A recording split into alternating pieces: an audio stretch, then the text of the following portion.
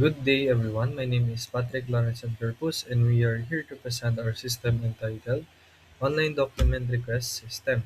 Now, we implemented this system using cloud hosting, not local hosting.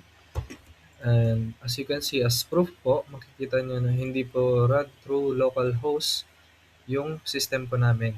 So, ang ginamit po namin dito na hosting is through cPanel po. And ang language po dito is PHP. So, ideal po siya sa cloud hosting.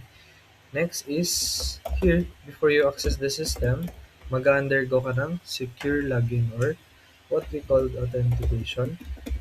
And here, makikita po natin na secured po yung login natin kasi meron po tayong CAPTCHA na feature po. Which is this, mape-prevent na po yung tinatawag natin na brute force attacks po. And then yung passwords po namin is hindi po siya nai-store as plain text, rather nai-store po siya as hash po. Hash data or value. And then dito, gumagana po yung database namin. Yung database po namin is through cloud din po. And then here, meron po tayong CRUD. Sa CRUD po for C is pwede po tayong mag-create ng students or staff. Pwede for R naman po, pwede po tayong mag-read ng data of students, mag-edit for you or update, and then last is delete.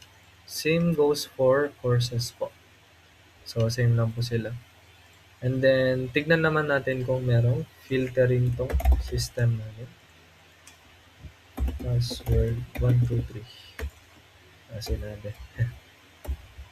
So, this is for demonstration. Disclaimer lang po. So, here, makikita natin meron tayong transactions. So, in order for us or for the cashier to retrieve previous transactions, they can sort it out through filters. And then also meron tayong reports na tab. So sa reports na tab, makikita natin, meron po dito yung previous transactions or payments in regards to the courses of students. And the most important thing is, meron po kaming print po.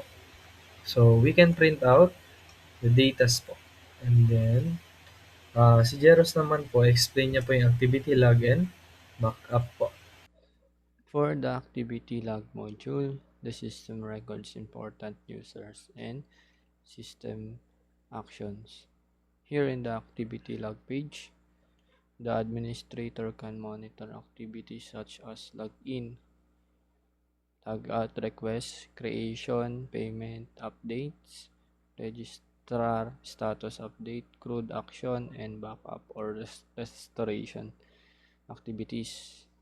The table display useful audits information such as date, time, action, actor, action, description, subject, IP, address. These modules helps the administrator track what happened inside the system and identify who performed specific action.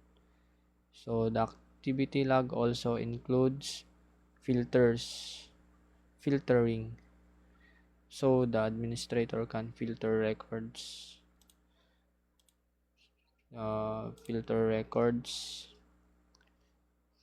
by actor role, nyari student, and then backup, then apply natin yung filters, then nakita natin dyan wala, then this makes it easier to review specific system events. Is backup and restore module. So this page allows the administrator to create and download SQL database backups to protect system data and provide recovery in case of errors or data loss. So by clicking create downloadable backup button, the system generates a backup file that appears in the recent backup sections. So the modules also includes a restore function. This is the restore backup button. So to restore data, the administrator must upload a backup file to and enter confirmation word. Example, restore and backup. Wait, I'm lagging.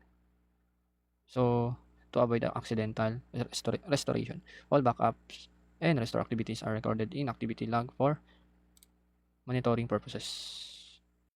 This is the activity log.